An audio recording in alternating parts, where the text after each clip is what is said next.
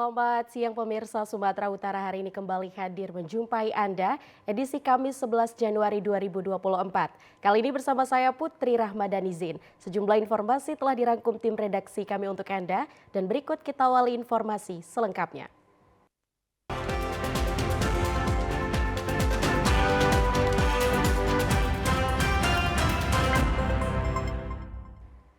Pemirsa, diduga hendak mengedarkan pil ekstasi di wilayah Kota Medan. Dua residivis ditangkap unit Subdit Direktorat Reserse Narkoba Polda Sumatera Utara. Dalam penangkapan tersebut didapati setidaknya 5.000 butir pil ekstasi. Video amatir memperlihatkan detik-detik petugas Direktorat Reserse Narkoba Polda Sumatera Utara menangkap dua orang pria yang kedapatan membawa narkoba jenis pil ekstasi di kawasan Jalan Gagak Hitam, Kota Medan. Dalam video tersebut, petugas sedang menginterogasi salah seorang pelaku terkait barang haram yang dibawanya. Menurut pengakuan salah satu pelaku, pil ekstasi tersebut dibawa dari kota Jakarta menuju Kota Medan yang akan diedarkan di tempat hiburan malam. Kasubdit Penmas Polda Sumatera Utara AKBP Sony Siregar mengatakan, awalnya tim mendapatkan laporan tentang adanya dua orang pria yang diduga hendak mengedarkan pil ekstasi di wilayah Kota Medan. Mendapati laporan tersebut, tim langsung melakukan penyelidikan dan menangkap dua orang pelaku yang diketahui identitasnya berinisial H dan R. Menurut pengakuan, para pelaku membawa pil tersebut dibawa ke Kota Medan atas suruhan berinisial A. Anggota langsung bergerak cepat, kemudian didapati yang bersangkutan, kemudian diamankan dua orang dengan inisial H dan inisial R. Dan daripadanya ada didapati satu buah kotak warna coklat, dan setelah dibuka ternyata isinya pil ekstasi lebih kurang 5.000-an lebih butir untuk pil ekstasinya. Pelaku ini sudah berulang, Pak? Pelakunya sepertinya sudah berulang dan informasi adalah mantan residivis juga. Dikendalikan dari dalam lapas kabarnya, Pak? Informasinya demikian, makanya kita sedang melakukan koordinasi dengan pihak lapas untuk kelanjutannya.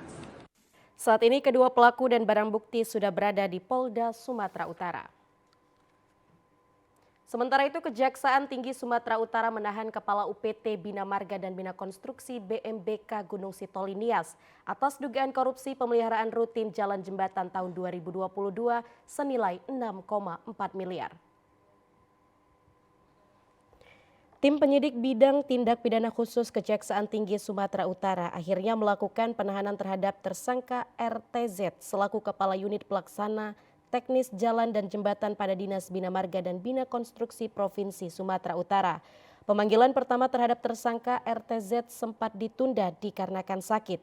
Panggilan kedua tersangka hadir didampingi penasehat hukumnya untuk diperiksa di kantor Kejaksaan Tinggi Sumatera Utara, Jalan Abdul Haris Nasution, Medan kemarin. Setelah dilakukan pemeriksaan, RTZ kemudian dilakukan penahanan di Rumah Tahanan Negara Kelas 1 Tanjung Gusta untuk 20 hari ke depan.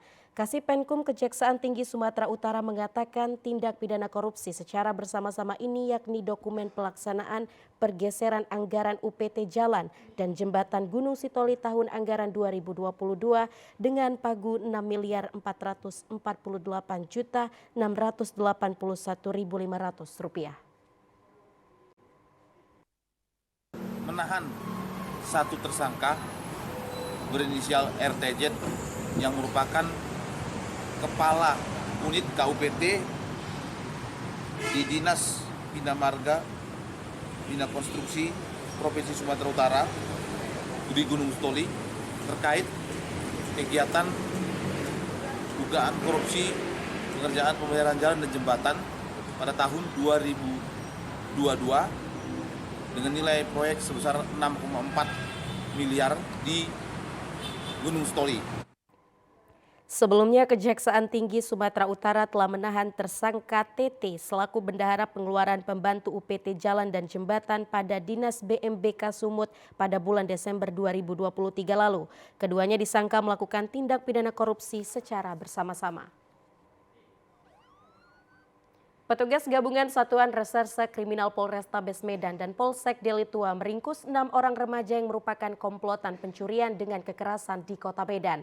Terbaru, komplotan ini melakukan pembegalan seorang ustadz di kawasan Jalan Sukacerdas Raya, Kecamatan Medan Johor. Keenam remaja komplotan pencuri dengan kekerasan atau begal yakni Bimo Rendi Gusti Prasetyo dan 2 orang yang masih berstatus di bawah umur yaitu R dan P akhirnya berhasil dibekuk oleh petugas gabungan Satreskrim Polrestabes Medan dan Polsek Delitua. Berdasarkan penyelidikan polisi, komplotan ini ternyata telah berulang kali melakukan aksi serupa di berbagai wilayah di kota Medan. Terbaru komplotan begal yang kerap mempersenjatai dirinya dengan senjata tajam jenis celurit ini membegal seorang ustadz bernama Amin di kawasan Jalan Sukacerdas, Medan Johor. Peristiwa itu terjadi saat korban hendak menuju masjid dan melaksanakan sholat subuh. Komplotan ini lalu menghentikan dan mengancam dengan senjata tajam lalu membawa kabur sepeda motor miliknya. Kapolrestabes Medan Kombes Pol Teddy John Sahala Marbun mengatakan bahwa dalam kurun waktu bulan September hingga Januari, komplotan ini telah melakukan aksi pembegalan sebanyak 5 kali.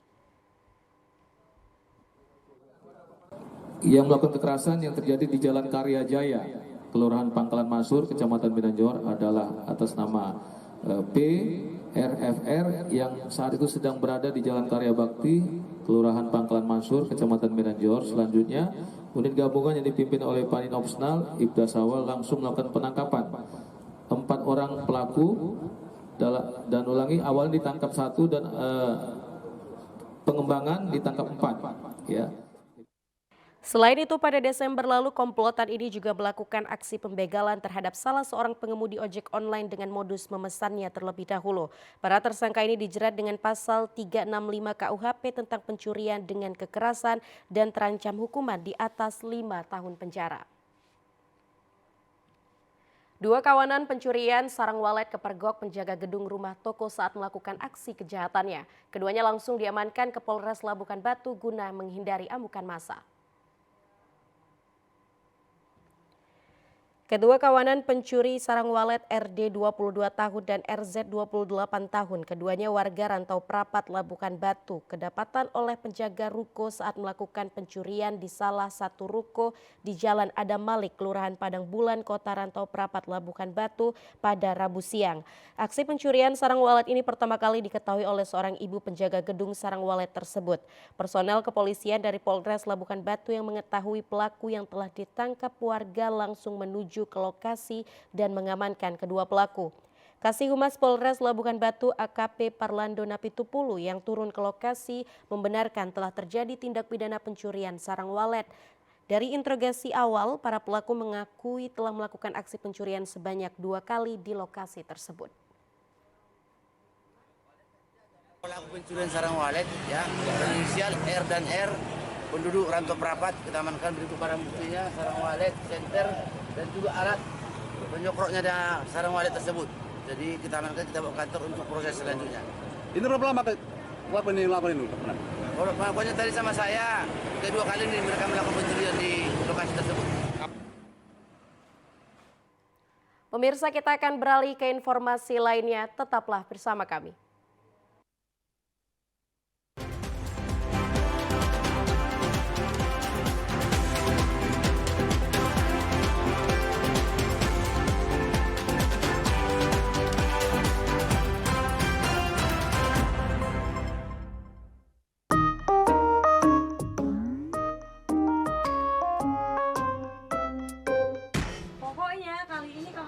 Pilihan mama. Kan aku bilang mama, aku juga punya pilihanku sendiri. Alah, pilihan. Tahu apa kau tentang pilihan? Mama udah lebih dulu lahir, jadi mama tahu mana yang terbaik untukmu.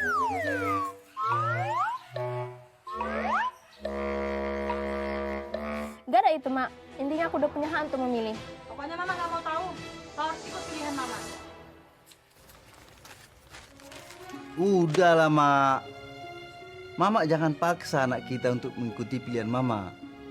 Dia sudah dewasa, Mak. Dia tahu mana yang terbaik untuk masa depannya, Mak. Kan itu lebih bagus daripada tidak memilih. Toh, siapapun terpilih nanti, mereka putra terbaik bangsa Indonesia. Ah, bapak ini pun sama aja, bela-bela Mirna aja terus. Intinya mak, aku udah bulat sama pilihanku sendiri.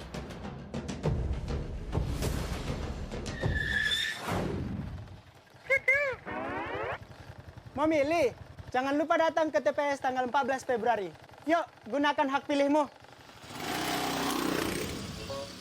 Terima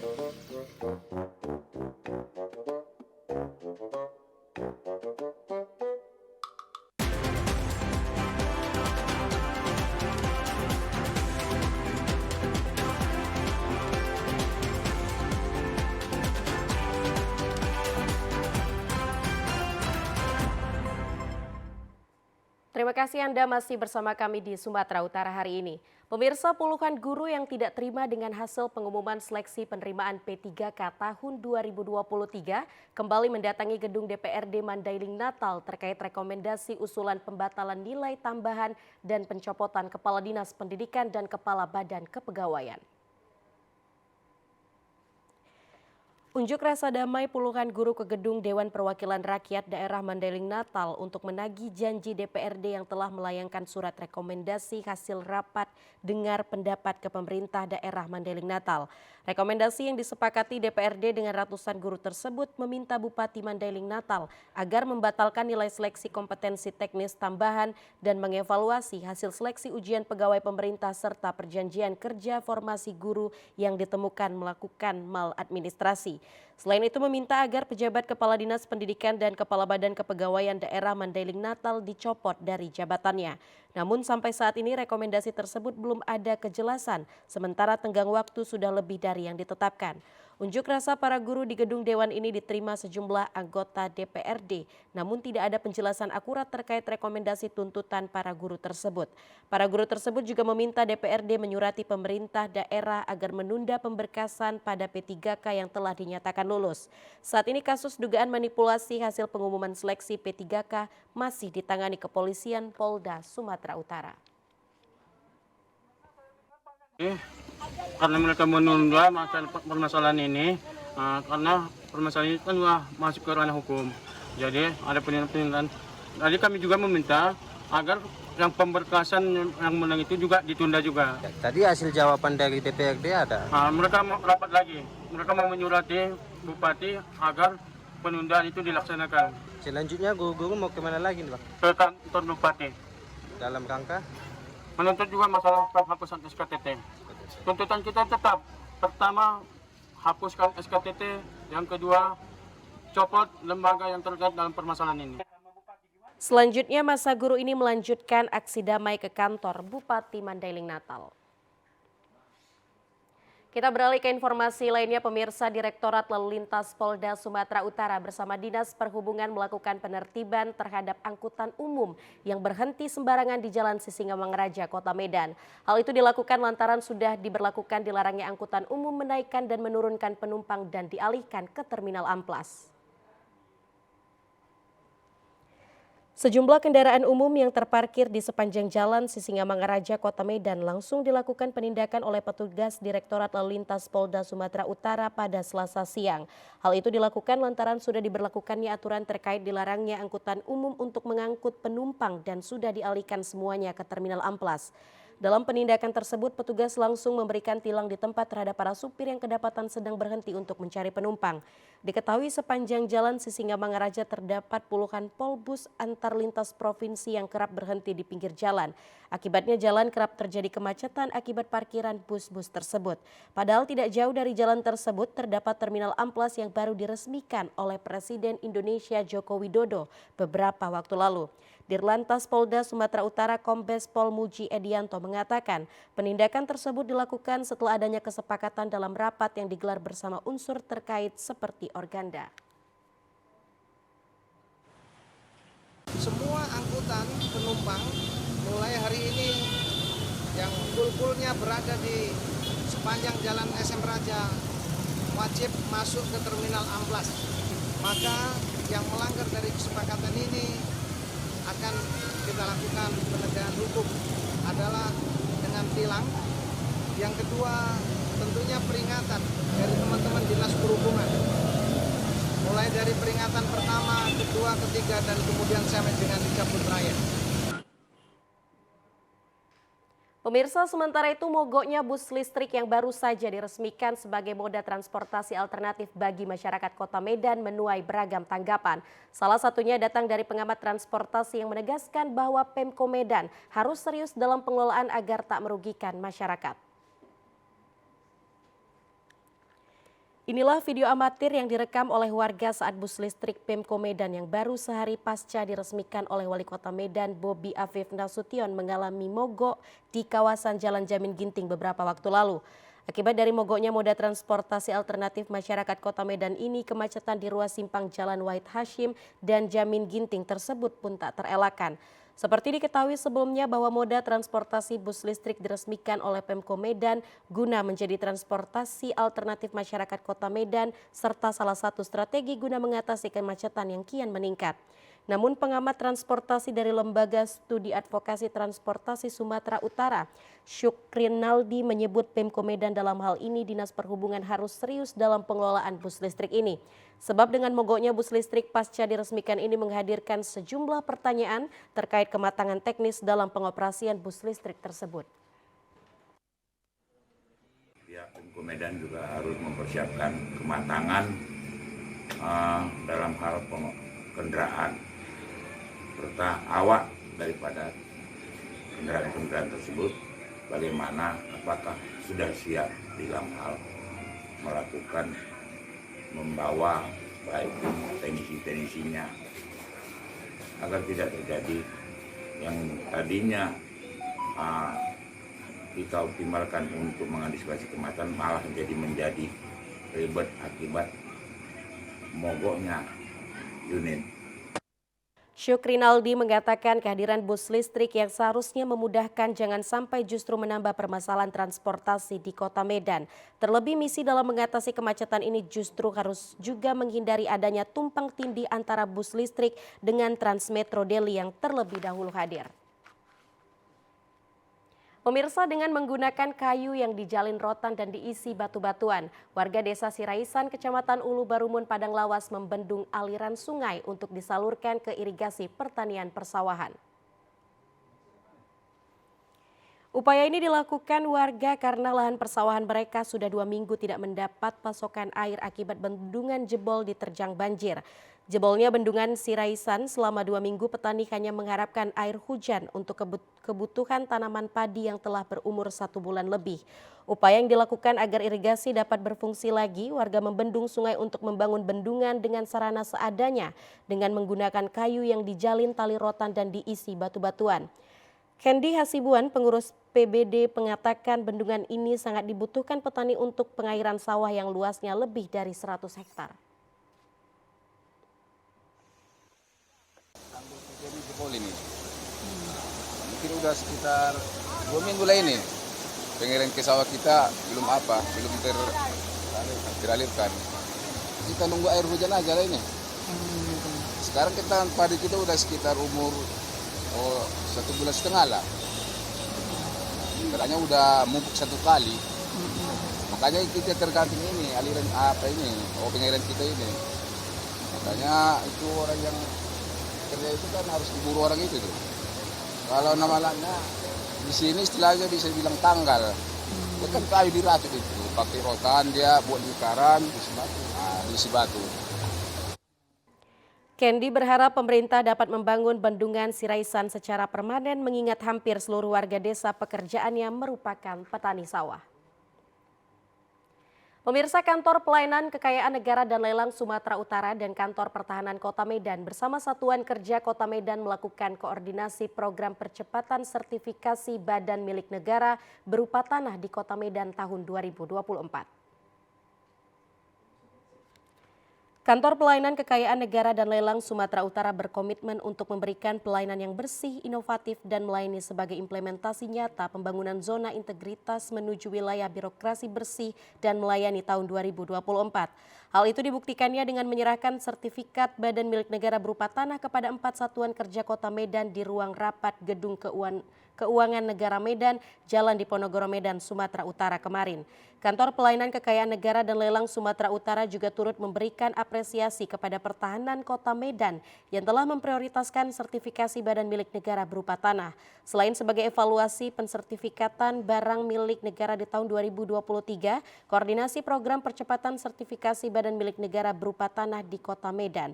Kepala Kantor Pelayanan Kekayaan Negara dan Lelang Sumatera Utara, Kesatria Purba, mengatakan dari keempat satuan kerja di Kota Medan yang turut menerka menerima sertifikat badan milik negara berupa tanah adalah Lembaga Penyiaran Publik Televisi Republik Indonesia Sumatera Utara. Hari ini penyerahan sertifikat kepada Satker yang selesai di tahun 2023, yaitu pertama Satker dari TPRI Medan, terus yang kedua dari Balai Teknik Perkeretaapian Sumut, dan ketiga PJPN Wilayah 4 Sumut, dan yang terakhir PJSA Sumatera Utara. Jadi keempat Satker ini yang telah terbit sertifikatnya diberikan dalam bentuk fisiknya hari ini. Dan Kekayaan Negara dan Lelang Sumatera Utara berharap tahun 2024 dapat mengejar target, yaitu menyelesaikan persertifikasi badan milik negara di Kota Medan yang telah ditargetkan.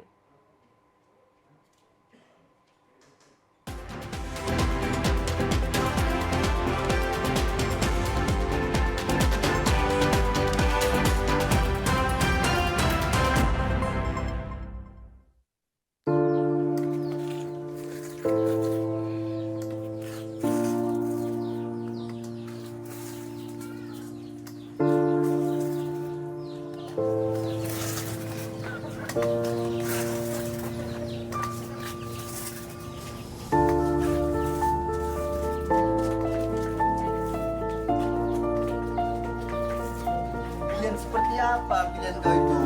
Pilihanku pasti yang terbaik. Dibanding pilihanmu, mau dibawa kemana negara kita ini? Apa aja pilihan kau? Ada Oh tidak, pilihanku itu pasti yang terbaik. Alah, kau sama saja kau sama. Banyak kali.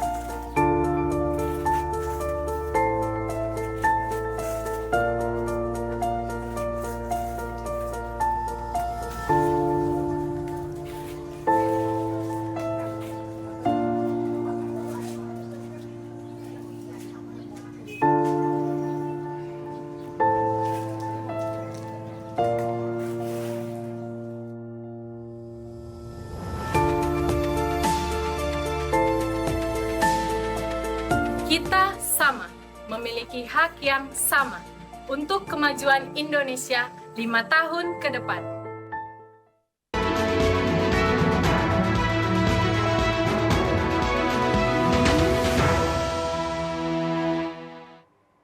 Pemirsa, KPUD Kota Sibolga menerima sebanyak 1.806 orang masyarakat Kota Sibolga yang akan ditugaskan sebagai kelompok penyelenggara pemungutan suara KPPS di 258 TPS yang tersebar di Kota Sibolga. Sebanyak 1.806 orang masyarakat yang bertugas sebagai KPPS telah lulus seleksi administrasi yang dilakukan oleh petugas panitia pemilihan di tingkat kecamatan beberapa waktu lalu. Komisioner KPU Daerah Kota Sibolga Rahmat Kurniawan menjelaskan, setiap KPPS yang direkrut tersebut sebanyak 7 orang dan mereka mempunyai hak pilih di TPS masing-masing. Sedangkan untuk komposisi keanggotaan KPPS, KPU Kota Sibolga tetap memperhatikan keterwakilan perempuan dalam setiap kelompok. Setiap KPPS ini sebelum menjalankan tugasnya di tiap-tiap TPS terlebih dahulu mengikuti bimbingan teknis yang diselenggarakan KPU Daerah Kota Sibolga berupa pelaksanaan tahapan-tahapan pada pemilu seperti pemungutan dan penghitungan suara.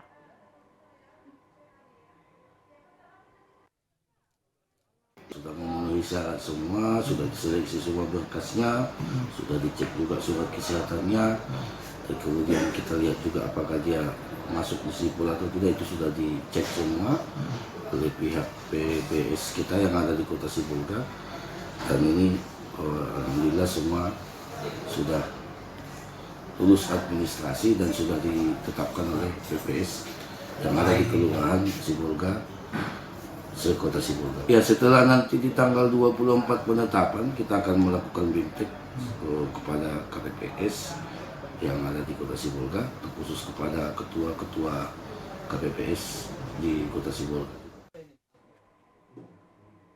Pemirsa, Komisi Pemilihan Umum Kota Sibolga masih kekurangan 354 lembar surat suara pemilihan presiden dan wakil presiden. Selain itu, KPU Kota Sibolga juga menemukan sebanyak 12 lembar surat suara mengalami kerusakan pada saat dilakukan penyortiran.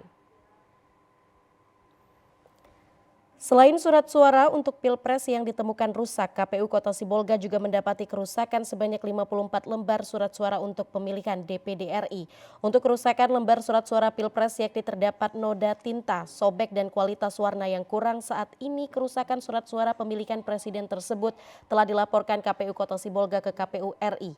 Komisioner KPU Kota Sibolga Armansyah Sinaga menjelaskan, untuk surat suara pemilihan presiden dan wakil presiden, KPU Kota Sibolga menerima pendistribusian dari KPU RI sebanyak 69.959 lembar surat suara dari total yang dibutuhkan sebanyak 70.313 lembar.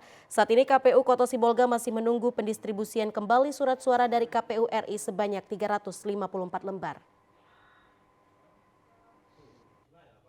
Yang diterima 69.959 surat suara, dalam kondisi baik berjumlah 69.605, yang rusak ada 12, sehingga totalnya menjadi 69.617. Masih ada kekurangan sejumlah 354 lembar surat suara untuk PPWP. Yang kita butuhkan itu adalah sebanyak 69.959 itu. Untuk saat ini, semua logistik keperluan pemilu 2024 disimpan di gudang milik KPU Kota Sibolga dengan mendapat pengawalan ketat dari aparat kepolisian. Pendistribusian logistik ke tiap-tiap TPS dijadwalkan sehari sebelum pencoblosan. Ya pemirsa, informasi tadi sekaligus menutup perjumpaan kita di Sumatera Utara hari ini. Mewakili seluruh kerabat kerja yang bertugas, saya Putri Rahmadanizin. Terima kasih atas perhatian Anda, selamat siang dan sampai jumpa.